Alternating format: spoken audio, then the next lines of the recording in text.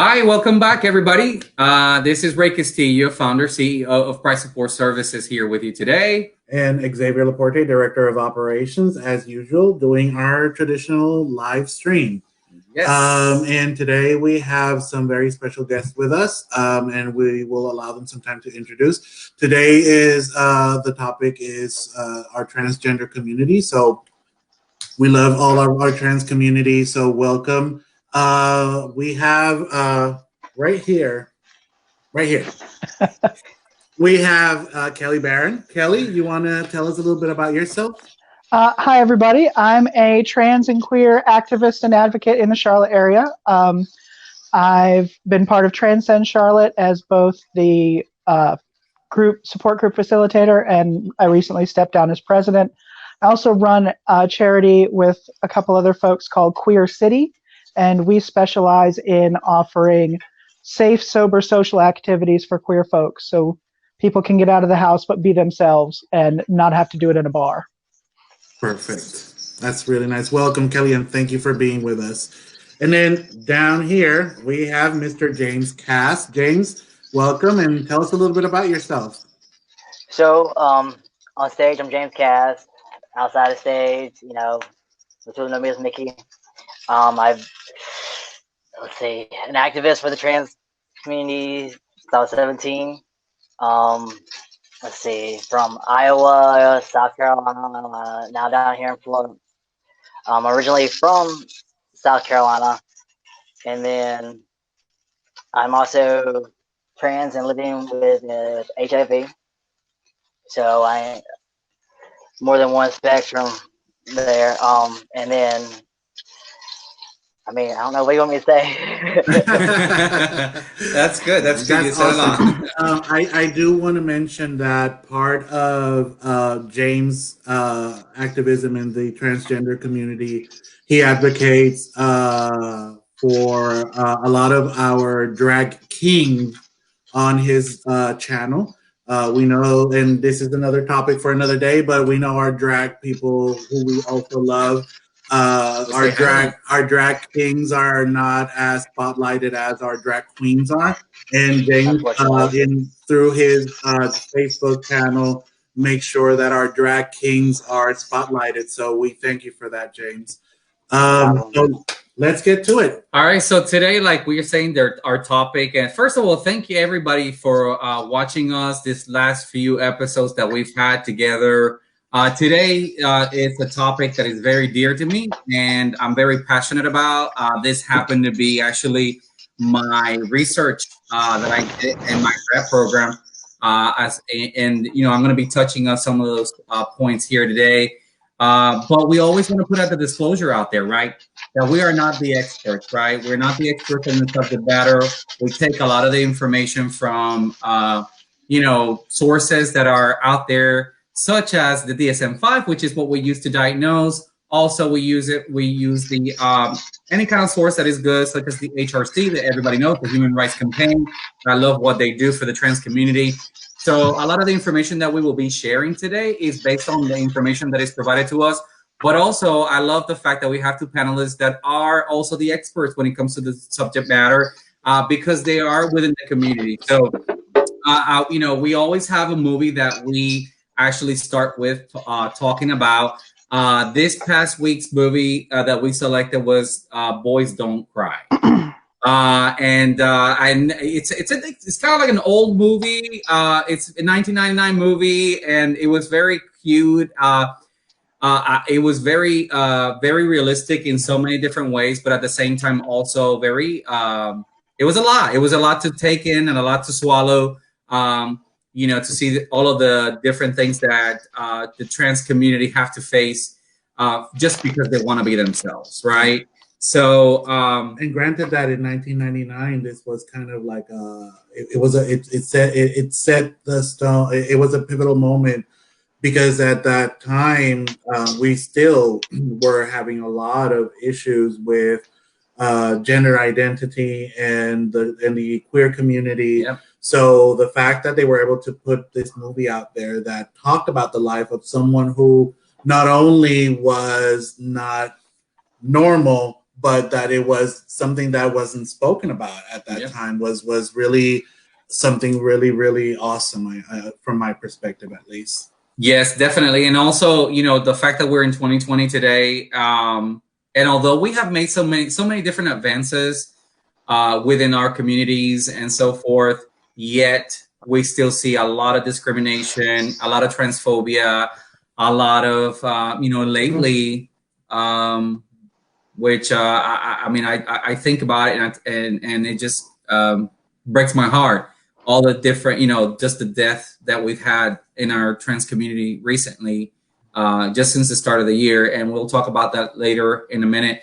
But yeah, let's dig in a little bit about the movie itself and what it depicted. The movie basically is inspired by a true story. And this is a story of Brandon Tina, who, you know, it's a young female to male transgender who happened to leave his hometown. So actually, we prefer transgender person rather than a transgender. Okay, perfect. Thank you. Trans person who leaves his hometown under the threat of his ex-girlfriend's brother. When he's discovered that he's biologically a female, right? And he resettles back in the do you want me to like jump in every time or just wait and hit the No. Okay, so there's no such thing as biologically male or female. Right. Okay. There have been so many points in the development of science where we thought we understood gender and sex. And every single time we're sure, it turns out we're wrong. So when we were in school, well, a little bit earlier for me than some of y'all, but that's okay. We were told that there was an X chromosome in the egg, and the sperm comes in, and it's either an X or a Y chromosome, and XX means female, and XY means male. Right. And that was it. It made sense. People had, you know, the XY people had outdoor plumbing, and the XX people had indoor plumbing, but that wasn't the story. It turned out that there are dozens of combinations of X and Y. Some of them you will never know that that's what's happening with you genetically because there's no outward sign of it. Expression of it. Mm-hmm. Right. Yeah, because that's so then we're like, okay, well, you can have an XX or XY, and then there's all these other things. And, you know, occasionally something will be, you know, something won't come together right, and you'll have somebody that's got a little bit of both, and we're going to label that as intersex. Mm-hmm. Mm-hmm. But then it turns out that, well, you can have what they call physically ambiguous genitalia. Right. Mm-hmm. But you can also be internally ambiguous. There are people with only one set of outward showing plumbing, but both types of reproductive organs. Mm-hmm. Then we dig even further, and science has discovered that you can have, you know, outdoor plumbing, and you can have functional testes, but it turns out that you don't have XY chromosomes. Maybe you have XX chromosomes, but we've discovered all these other genes, 3 or 4 dozen of them, that depending on where they show up on your genetic chain, may have overridden that XX programming when you were in utero. Mm-hmm. So the concept of there being such a thing as biologically male or female doesn't make any sense because there's so much variation. People are just starting to accept that gender is a spectrum, but sex is a spectrum too. Mm-hmm. Very interesting. So, James, what were you saying? Because, like, with me, instant, you know, I have one set of fallopian tubes and one ovary, and then I have an undescended testicle. I don't have a uterus or a womb. So, and I was born like that. Okay. So yeah, so that goes back to what Kelly was saying. Mm-hmm. Definitely. Yeah, and I think with science, what I love about science is that we keep discovering things, and right. It keeps it keeps us in check. It keeps us giving us the information that we need to change our thought and thinking. Right, like you said. I mean, we're so used to the whole female male thing, right? And you're either female born or male born. Well, that doesn't, it's no longer like that. And this is why we want to do this, because we want to bring normalcy. to what we, to our communities that we're not only dealing with, but that we face every day. Right. So thank you for jumping in on that. We want to normalize that there's no such thing as normal. We want to exactly want to normalize that there's no such thing as normal. And this is why we're so passionate about what we're doing with PSSC, with Price Support Services, is because we believe that every person has the right to be their best version of themselves. What you want to be is okay. What you feel, it's okay. We want to make sure that you understand that it's okay, so that you can live happily, regardless of what society, regardless of what science, regardless of what it says on a birth certificate, yeah. And that's what we want to do. But pretty interesting movie. I don't know, James. I don't know, Kelly, I know that. If you guys had seen this movie. But let's talk a little bit about this movie. What were your reactions when it came in, to this movie? Did it bring some form of reaction? Any reaction to you? Well, that's like with me in the movie. I saw it before I, realized I was trans, and I was a kid watching it just in tears. Like, how can people like do that to somebody? Yeah. And then back in 2017, I had the first gun pulled on me. Pulled on me in a parking lot for me being me. And then I'm high functional autistic, and then ADD and schizophrenia. So I don't have a sense of danger. There's like 15 behind me. Don't move, Mickey. Don't move. Don't move. Don't move. And I'm like, mine's 9. How big's yours? And he walked away. Yeah. But it's like those things actually happen. Yeah. Because people are uneducated, and we are by society taught to fear, bully, and hate what we don't understand. Because if you ask a question, oh, can you tell me about that? It's you showing us you're weak because you don't know everything. Yeah. So, and that's just how society has preconditioned everyone. Yeah. Yeah. Thank you, Kelly. What is your thought on that? Thank you so much. I remember seeing it when it first came out as a teenager, and I was just struck by the lack of humanity on the part of the individuals who murdered Brandon. But I remember coming away from the movie not with really much of an understanding of transness, just the horror of not being accepted and not being believed, because here's this person telling us who and what they are, and society is screaming no. Mm-hmm. So as we said earlier, that this movie's over 20 years old. The end of last year, December, I think, they did a 20th anniversary event with the writer-director, I think her name's Kimberly Pierce. And she talked about all of the things that movie meant to her at the time, but also all of the things that she's learned about herself and transness and the trans community since then. And she actually ended up almost apologizing for a lot of the aspects of the movie and a lot of the ways she tackled some of the things in the movie. She has since come out as genderqueer. She said even back then she felt some affinity to Brandon. She felt some connection, but she wasn't quite, she didn't think of herself as male. And she's since come to understand that transness is this massive umbrella that simply means I'm not the gender that they put on the birth certificate when I was born. But there's an implication in the movie that early life abuse that Brandon suffered had something to do with his transness. Mm-hmm. And that's absolutely not how it works. Nope.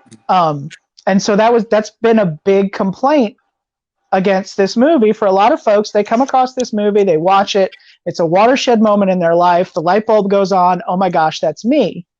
But as they develop and learn more about themselves, learn more about the community, they start to see some of the ways the story was told the best way it could be at the time. Right. Exactly. But it's not necessarily aging well. Yeah, And- and I love what you're saying, Kelly, because I think there's a lot of confusion, or I don't even know of how people think sometimes. It's the same thing with the gay community, right? Well, you're gay because you were abused as a child. No, not necessarily. That is incorrect. Yeah, for some people, maybe they have experienced unfortunate events happening to them when they were young, but that is not the case for every gay person out there. That is not the case for every trans person out there. So I'm glad you're bringing that into this, because it's important for people to understand and know that it's not because of those things. Right. You know who you are, and you want to be who you are, and that's okay. Yeah. I'm getting a little emotional here. That's okay. It's too early. Don't start yet. We're only 15 minutes in. Let's see. I'm probably gonna cry too.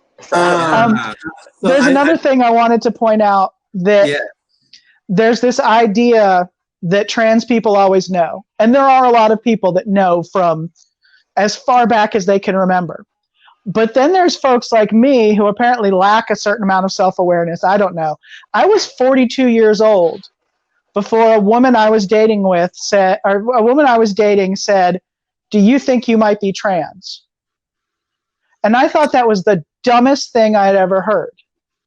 Because of course I'm not trans. I'm a guy. Look at this beard. I'm not a woman. I've been chasing them all my life. Certainly I can't be. Like, I know all about trans people. I've seen movies. I've seen, interviews. They always know. And I didn't always know, so clearly I'm not. Right. So about 4 or 5 weeks later, I started the long process of admitting to myself that, damn, you're a woman. So and now I can look back on my life now and see things that make me realize, okay, that was a sign. Okay, that was a sign. Okay, that was a sign. But I didn't know that's what was going on as I was growing up. I didn't realize the fact that I never fit in was that I didn't fit in my own skin. So that's another thing that seems that some people come away from the movie with, is this idea that you always know. You don't necessarily. You might, but you might not. I was 4. From the time I was 4, all the adults, no, you're a girl. You're not a boy. You can't grow up and be a dad. You can't be the husband. And I'm like, why not? I'm a boy. I had my first breakdown at 11 years old, because my grandma used to tell me, if you turn out like your mom, I'll disinherit you. And that was because my mom's a lesbian. And then you have too many lesbian tendencies. You act too much like a boy. You need to get a boyfriend, or I'll disinherit you. So it was just a constant my entire life. Yeah. Well, so I ran away at 16. Wow. It's really hard. And again, I'm trying to not to get emotional. But it's hard because and this is what we were talking about before the live.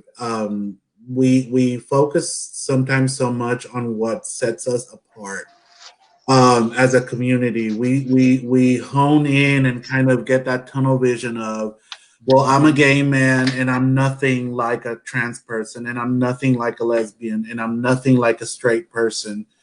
And we forget about the hardship, especially us in the LGBTQAI community, the hardship, what we go through, our story, how similar we all are in how comfortable, how we seek and desire to be so comfortable in our own skin, and how society chooses to push us in the other direction. It's like you can't fit, you have to fit this mold, and we struggle all our lives because we don't fit the fucking mold. It's not the mold that was intended for us.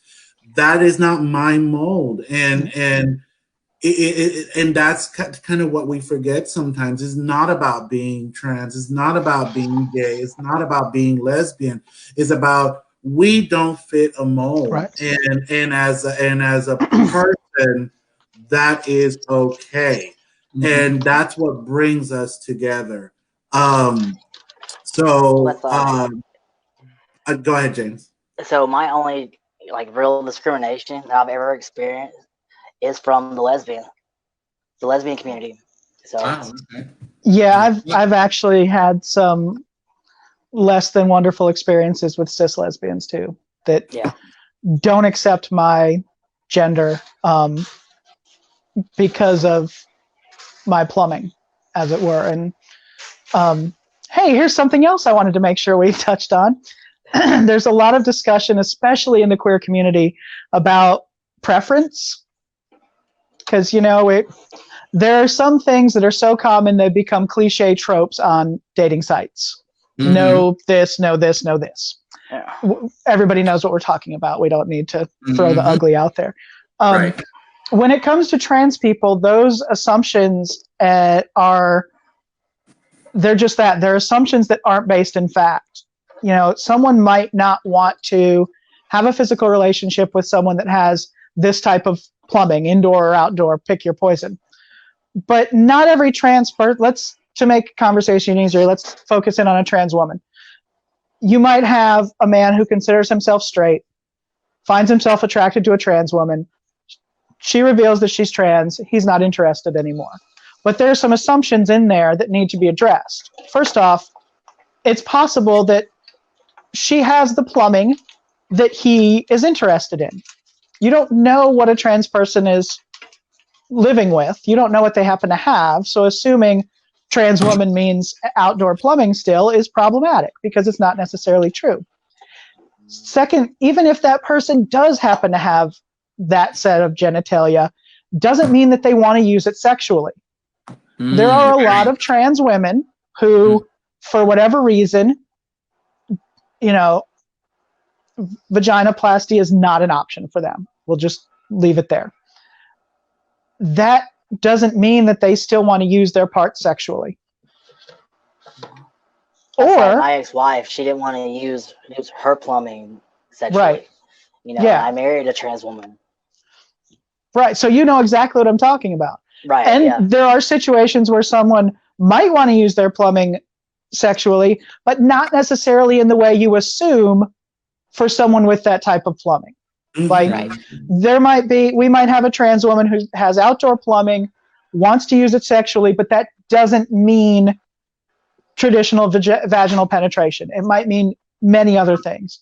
So the assumption that you know what a trans person wants sexually right up front to be able to say, I don't want to date a trans person is a little iffy because you're making assumptions about who they are, what they want to do, and how they want to interact with you as their partner. Right. Because that's like, myself, I date gay men. I sleep with gay men, but I'm a dominant bottom. Dominant top. I use probably not surprising. I use my plumbing and it surprises people. Well, then why'd you transition? You just ended up being straight. Because it has nothing to do. Right. Yeah, exactly. I do not find straight men attractive. Yeah, and for those of you who out there who have been to our group sessions, we talked about this and the importance of understanding that we are all under the queer umbrella, and under that queer umbrella, you can, a trans person can be gay, a trans person can be lesbian, a trans person can be, whatever can be bisexual. It doesn't matter. The fact that they identify as a woman or as a man has absolutely nothing to do with who they want to have sex with. So that's always important to point out. I want to take 2 seconds to say hi to Michael Sharpton, Michael DeCaro, and Fernando, who are watching us right now. But yeah, so it's very important. And James, we had this conversation prior to coming on the live that you identify as a gay man, you know, or well, you're more a pansexual than An equal anything else. opportunist lover. Well, and this is a hey Byron, and this is where I have issues with, right? And let me tell you honestly, it wasn't. I was, you know, we've shared our stories many times on here, but I came in from being married to a woman for over 20 years and with 3 children and a religious background and a Hispanic parents and very traditional, right? And I've learned so much.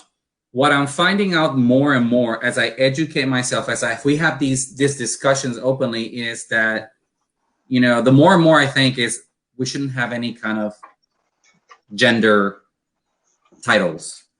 We should be ourselves, whatever that means. Mm.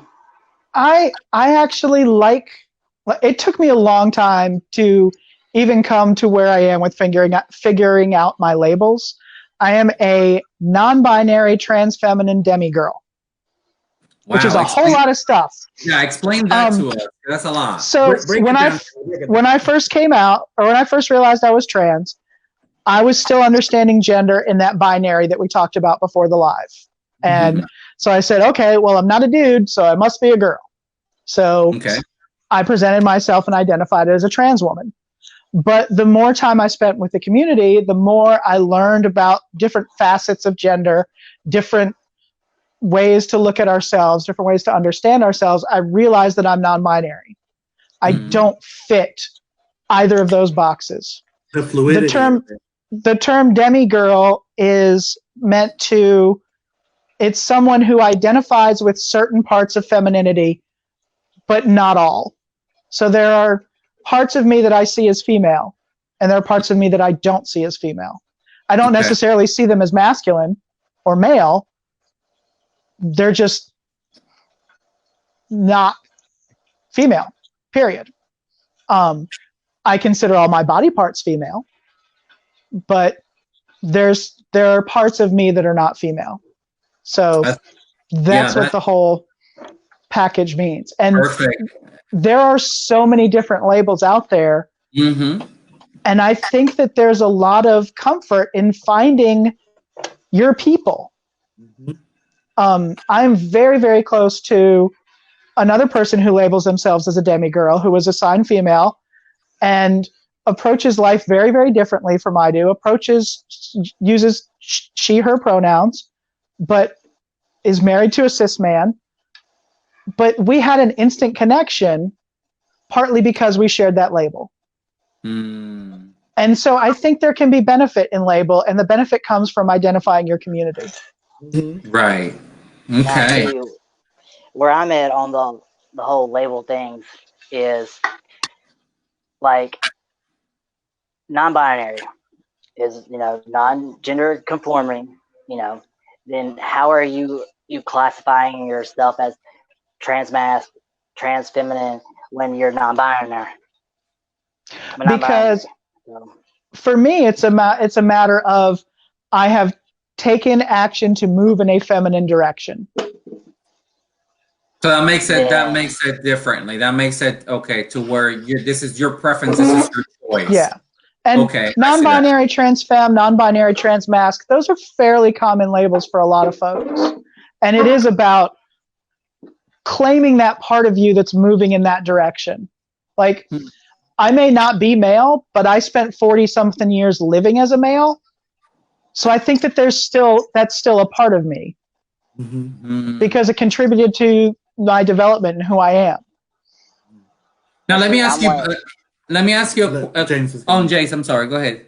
See, I'm one that goes by like definition, like, you know, definition of transgender, and then the definition of transsexual. Okay. You know, I'm a transsexual man because I have medically transitioned. Sure. Okay. You know, so and that's, you know, people who want to claim any label, that's great. Everybody should be able to claim whatever label they want. But for a lot of folks, that transsexual label is really negatively emotionally charged. Like, I have taken medical steps to transition. I have taken legal steps to transition. My birth certificate now has an F on it. But I don't identify with the label transsexual. Sure. Um, Can you explain real quick, Kelly? Because I really want why is it? Why is that? Because I want to make sure that people understand. Because for a long time that was used as a slur. Right. And there are folks that are reclaiming that, and that's great. Every time we reclaim something that's been used against us as a community, that's awesome. We have reclaimed queer. I am proud to call myself queer. Mm-hmm. I'm not fighting the fight to reclaim the label transsexual, and there are a lot of people that make that same choice. So it's not a term to use until someone tells you this is how I identify. Yep, and I love it. Right. Thank you for making that point. Yeah, because like I'm one that says, I don't want to offend anybody when I say the word, but if I call myself a tranny, you can call me that too. That's right. That's how I just identified myself. That's right. Yeah. That's See, right. I've gone back and forth on that word. To me, it was very empowering at first, and now I don't know. I don't like it as much. And I mean, that's kind of human nature. Our attitudes about things change and fluctuate. And I think that goes back. I think if from a perspective of humanity, right? We can see it that's it's the right thing to ask a person first before assuming and before jumping into conclusions and calling a person for something that they may not. And I think that's good. But there was a question that I wanted to ask you both. Well, I'll ask you both because I want to hear from James in Florida and you, Kelly, here. How is the trans community in Charlotte? Are they united, or do you see? How do you see that? Charlotte's interesting. Our queer community is really fractured in a lot of different ways and across a lot of different lines. So I think that the trans community in Charlotte is unified on one level. I know that when we did the Trans Day of Remembrance this past year, we had a huge turnout. We had, it was 5 or 6 different organizations, and myself and Jerry Yelton from Charlotte Pride we're the ones that came together first and brought the other organizations on board. And like I said, I think we ended up having 6 or 7 organizations working together to put on a massive event for Transgender Day of Remembrance. And it was really touching. Took me days to recover emotionally. But for smaller things, we just can't necessarily seem to always come together. So yeah, I think that the connection is there, but it's tenuous, is the most honest and frank way I can express it. Thank you so much. And Byron, we'll get to your question in a minute, but I wanted to go back to James. Yeah, James, how do you see that your trans community in St. Petersburg? So I got to experience the community from the Midwest all the way down to Florida, in several different states. And I love it here. It's like we have trans individuals who are title holders in the pageantry system. They're going to nationals. And then it's like, I don't know the word to explain it, but we have the trans services here at Metro. It's really big with the youth. And I mean, it's just another thing. We don't stick out like a sore thumb. Because we're just another person. Right. So that's beautiful. And Kelly, do you see that differently here in Charlotte? I do. And I think we have a surprisingly large transgender population in Charlotte. Yeah.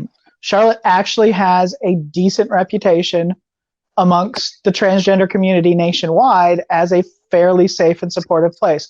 And we do have a lot of support in place. We have Charlotte Transgender Healthcare Group, which does amazing work at keeping each other up to date, working together to share resources, to make sure there's as much support as possible for folks going through transition. We have Transcend Charlotte, we have Gender Lines, we have There's Still Hope, which is a fairly recent group that's come together to start addressing trans homelessness.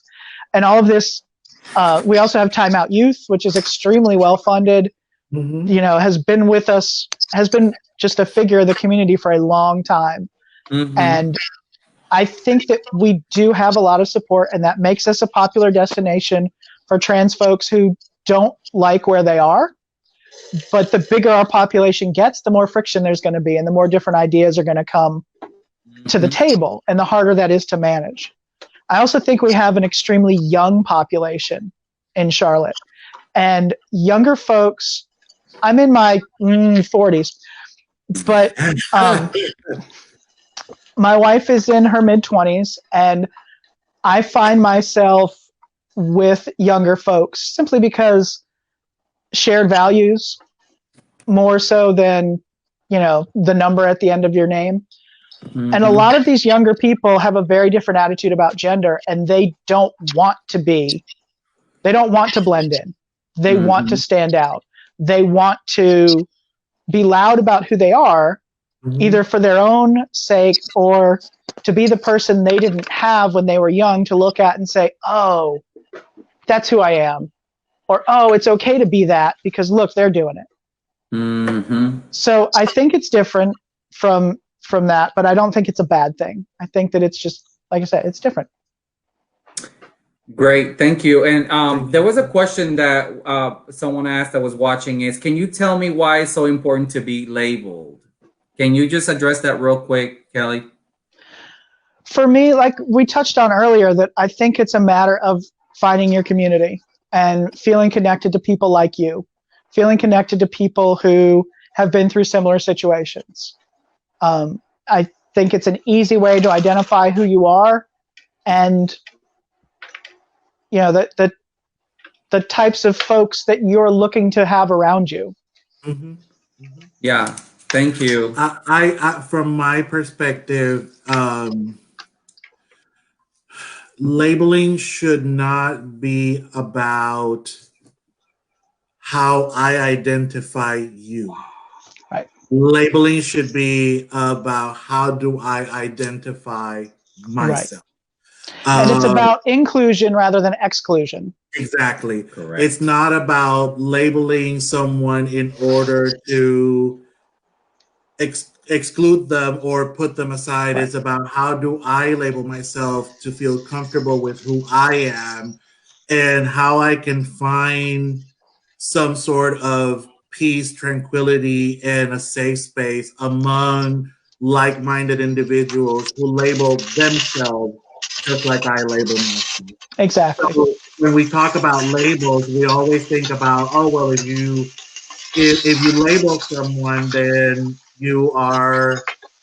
it's a bad thing. No, because it's never about the label that I make for you. It's about what label do you make for you so that I can start respecting you and addressing you according to your label. Right. And according to how comfortable you feel within your own skin. So I think that's the importance of labels. Labels are not intended to hurt people or kind of stick people in a box. They're intended to respect. Right. How can I respect you based on what your label is and the label you have decided to put upon yourself? Yes, thank you. And I want to just touch up, we're almost at the end of our segment here, but I wanted to really touch up on some important stuff, details about the trans community. And it's, I just want to point out, first of all, we always leave our doors open, letting everybody know that if you are from the trans community and you need help, please reach out to us. There are many agencies out there that we can, if we cannot help you, we'll be glad to get you some help because we are that kind of organization that we're open to helping all of our queer community as a whole. Let's talk a little bit, the last couple of minutes, I want to talk about the dangers and what that means to your community. We know that I went to the Human Rights Campaign website And it registered there in 2019. There were 26 trans people killed in the U.S. alone. So there was actually 32, 36. Okay. And that was in 2019. What about 2020? Right now, what I saw in 2020, and you guys may know more. 2020, right now, we have 6 trans people that have been killed in the U.S. and in Puerto Rico. 3 in Puerto Rico, which is very dear to me because that's my hometown. That's our hometown, actually. So let's talk a little bit about that. What do you guys want to talk about as far as that? I want to recognize. I'm sorry. Go ahead. Did you have something, James? So in July, one of my friends was actually shot in Charleston, South Carolina, the street over from me, for being trans. So Yeah, that number 13, it hits hard. Yeah. I'm sorry, James. That's it's hard.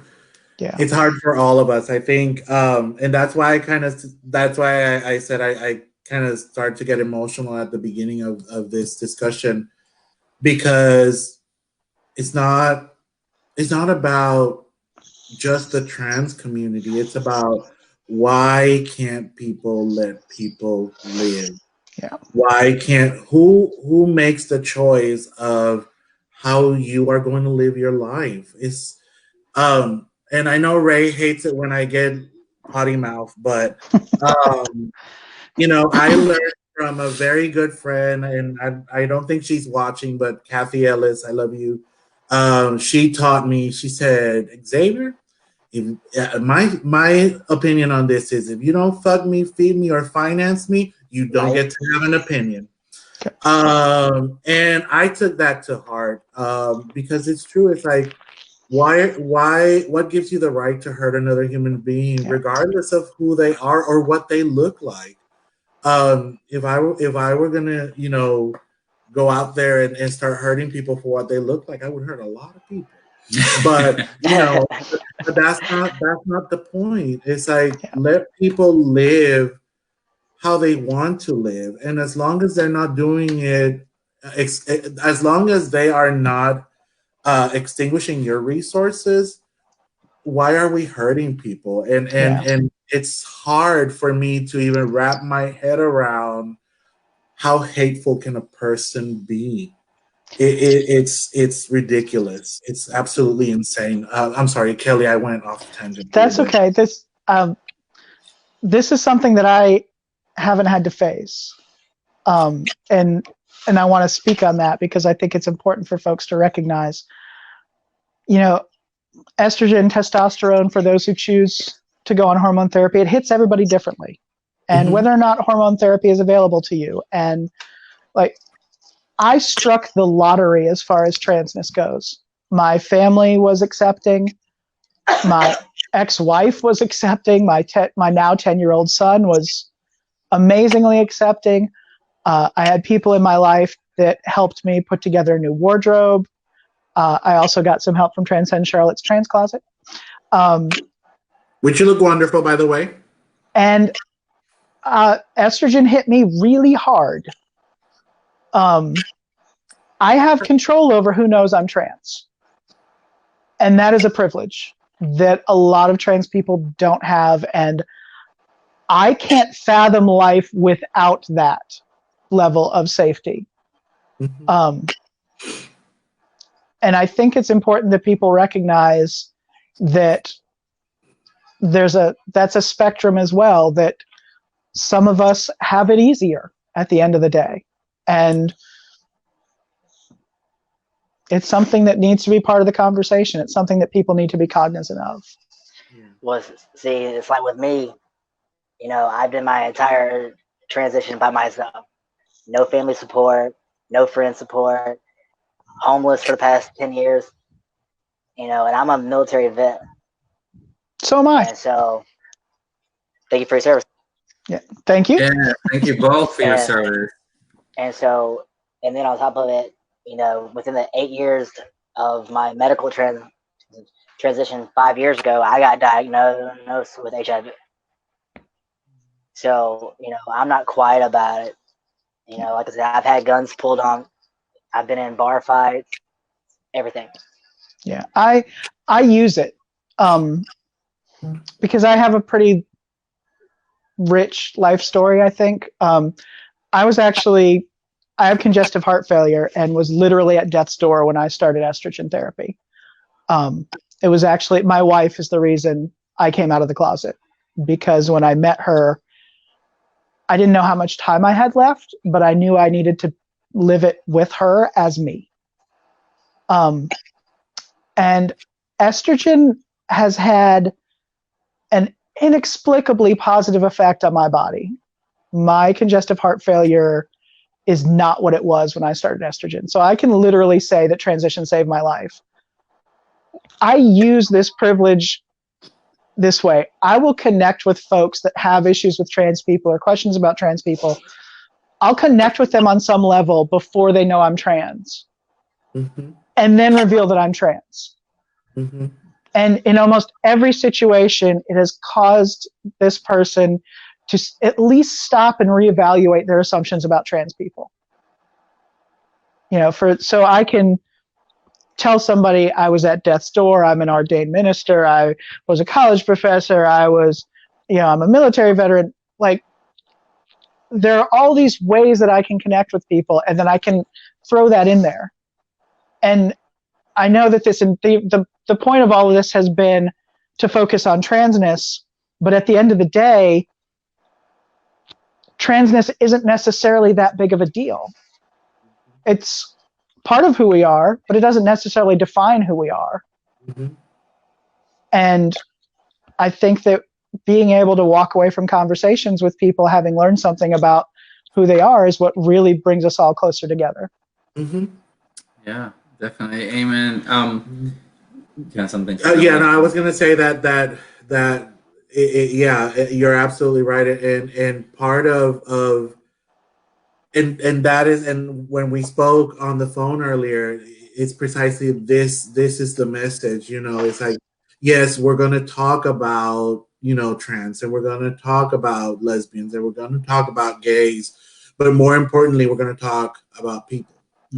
And yes, we're going to talk about challenges, and we're going to talk about, the uniqueness that comes with being part of the community that you're in, because there are some uniquenesses to that, but not in any way, shape, or form to be used as how that sets us apart. It is intended to humanize us. We are human beings that have very unique challenges that come along with who we are, just like everybody else does. But at the end of the day, we are human. We are human beings, and we need that connection in a level more than just how I look or who I am or what I feel, but it's just being a human being. So that, yes, you couldn't have put it better, Kelli. Now, going back a little bit to that, I want to ask you both, what are those uniquenesses? What are those challenges? And we can talk about anything that you guys feel, whether it be challenges from access to healthcare, challenges in the transitional phase, challenges when it comes to HRT. And for those of you who don't know what HRT is, hormone replacement therapy. What are those uniquenesses of our trans community? Whew, we could do 2 or 3 sessions just on that. HRT is not widely available. A lot of folks have to really jump through hoops to get it. Confirming surgeries are widely difficult to get. We just got another loophole on that one. So, yeah, insurance, 3 letters, it's medically necessity, and they'll pay for every dime. Nice. That's. I'm waiting for the VA to decide they'll pay for something of mine. Waiting. So, yeah, I know. And like, these are a lot of folks. I'm sorry, I'm trying to start 3 trains of thought at once.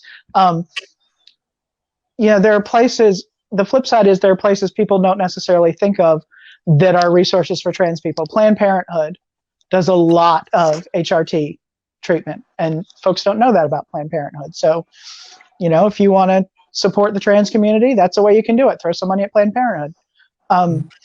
I think the thing that struck me is the system isn't set up for us. So here's the story. Here's a story. Last year, I started a new relationship, and so as responsible people do, I went and got tested, and this is at Gaston County, and I leaned over the counter and said to the secretary, just so you know, I'm trans. I don't know if that means you're going to have to do the test differently or what. And she's like, okay, no problem. So by the time I went back to sit down with the nurse, she already knew. She's like, oh, it's not going to be a problem at all. It's fine. And so then she sits down to take my history. She says, okay, so should I put you down as male or female? And I said, well, legally I'm female, but technically I'm non-binary. She didn't have a box for that. She said, okay, when's the last time you had sex with a woman? And I said, you want to define woman? Because, at the time I'm still married to a trans woman, dating a cis woman. I've also dated trans guys, non-binary people. What is the information you're trying to get?